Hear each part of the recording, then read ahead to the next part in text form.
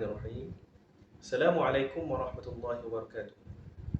Alhamdulillah, kita memanjatkan segala kesyukuran dan pujian kepada Allah Subhanahu wa taala kerana kita diberikan keizinan oleh Allah Subhanahu wa taala untuk terus menelusuri Ramadan kali ini 1445 Hijrah.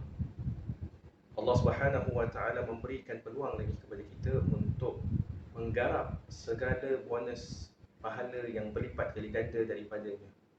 Justru dengan sela-sela masa yang masih tersisa ini, kita pastikan bahawa setiap detik masa yang berlalu, kita mampu untuk melaksanakan segala macam amalan sunat dan juga segala tuntutan yang telah Allah Subhanahu wa taala gariskan kepada kita menerusi junjungan baginda Nabi SAW, contoh tauladan yang baik daripada baginda. Hadirin sidang penonton yang dirahmati Allah sekalian, pada hari ini ingin saya menyentuh tentang satu perkara yang sebenarnya sangat dekat dengan kita, iaitu Ramadan dan senario semasa di Gaza, Palestin. Tuan-puan, tahukah anda semua bahawasanya bilangan angka kematian di Gaza pada Ramadan ini telah meningkat kepada lebih 33,000 mangsa yang terkorban. Bilangan mangsa yang dalam keadaan cedera parah yang dirawat di hospital menghampiri 100,000 mangsa. Bilangan masjid yang telah dirobohkan oleh Zionis Israel melebihi 500 masjid.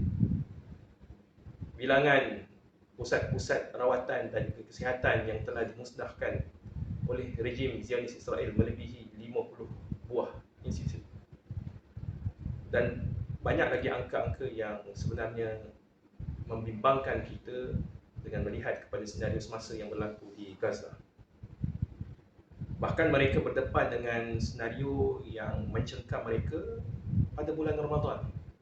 Tetapi Allah Subhanahu wa taala tetap memperteguhkan telapak kaki mereka serta ketahanan mereka untuk terus berpuasa dan melakukan qiyam Ramadan walaupun mereka dalam keadaan diserang dan ditindas oleh rejim Zionis Israel.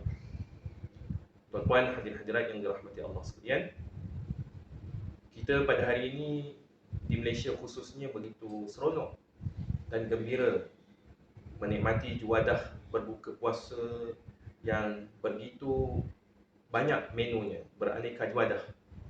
Macam-macam makanan yang kita makan. Di samping di bazar-bazar Ramadan terdapatnya jualan makanan dan minuman yang pelbagai jenis yang memang begitu menyelerakan. Tetapi tahukah kita bahawa juadah-juadah dan juga makanan yang dijual di bazar tersebut membawa kepada pembaziran yang agak banyak, dan pembaziran ini meningkat saban tahun apabila kita menjengah Ramadan.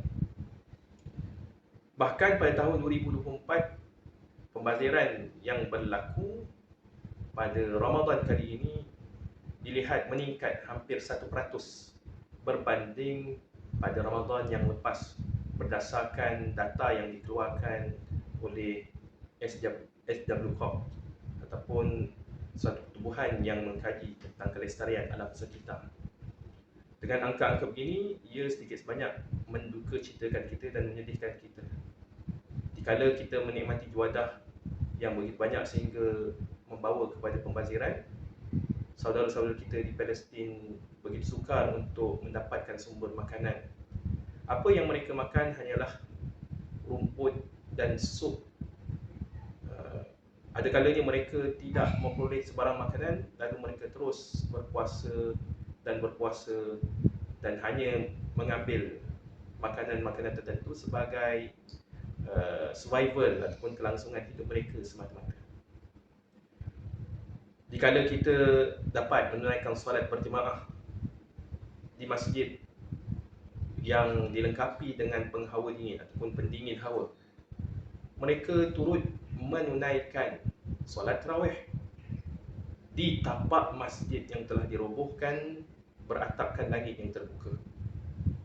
Dikala kita mampu untuk berkumpul secara berjemaah, sama ada ketika menunaikan solat tarawih ataupun ketika berbuka puasa berjemaah, mereka setiap hari dalam bulan Ramadan menghitung berapakah lagi bilangan ahli tetangga mereka yang masih hidup. Sebahagian mereka berlalunya hari demi hari menemui kesyahidan. Kita berada dalam suatu zon yang begitu selesa di Malaysia, akan tetapi mereka berada dalam satu zon yang sengsara di Gaza khususnya. Justru perkara ini begitu menginsafkan kita agar kita perlu memainkan peranan yang signifikan terhadap saudara-saudara kita di Gaza. Sungguh pun begitu, Allah Subhanahu wa taala memberikan ganjaran yang berlipat kali ganda buat mereka.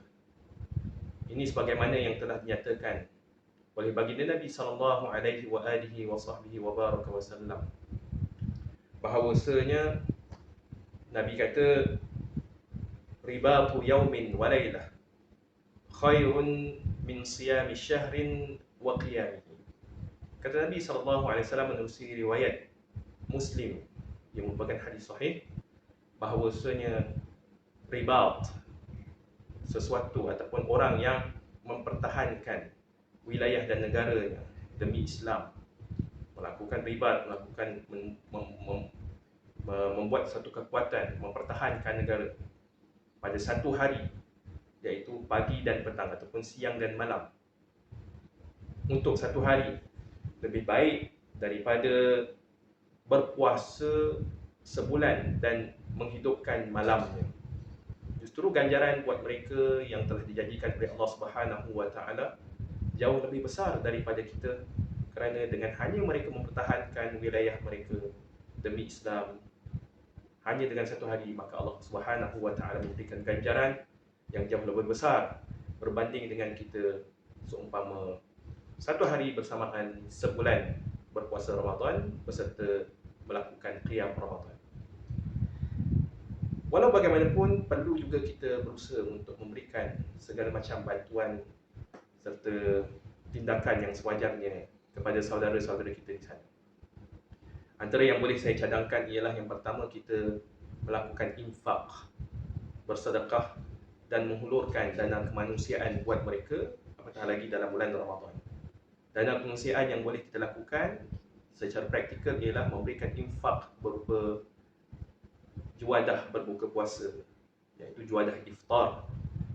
Kerana apa? Kerana dalam bulan puasa ini juadah iftar itulah merupakan suatu juadah yang paling besar nilai puasa, nilai ganjarannya seperti yang dinyatakan oleh baginda Nabi sallallahu alaihi wasallam, man fattara sha'iman falahu mithlu ajrihi min ghairi an yanqusa min ajri as-sha'imi syai'a. Barang siapa yang memberikan makan terhadap orang yang berpuasa, maka dia memperoleh ganjaran pahala seperti orang yang berpuasa itu, tanpa mengurangi pun pahala yang terdapat pada orang yang berpuasa itu walau sedikit pun. Maknanya kita dapat ganjaran yang kita dapat peroleh daripada orang yang kita bagi makan.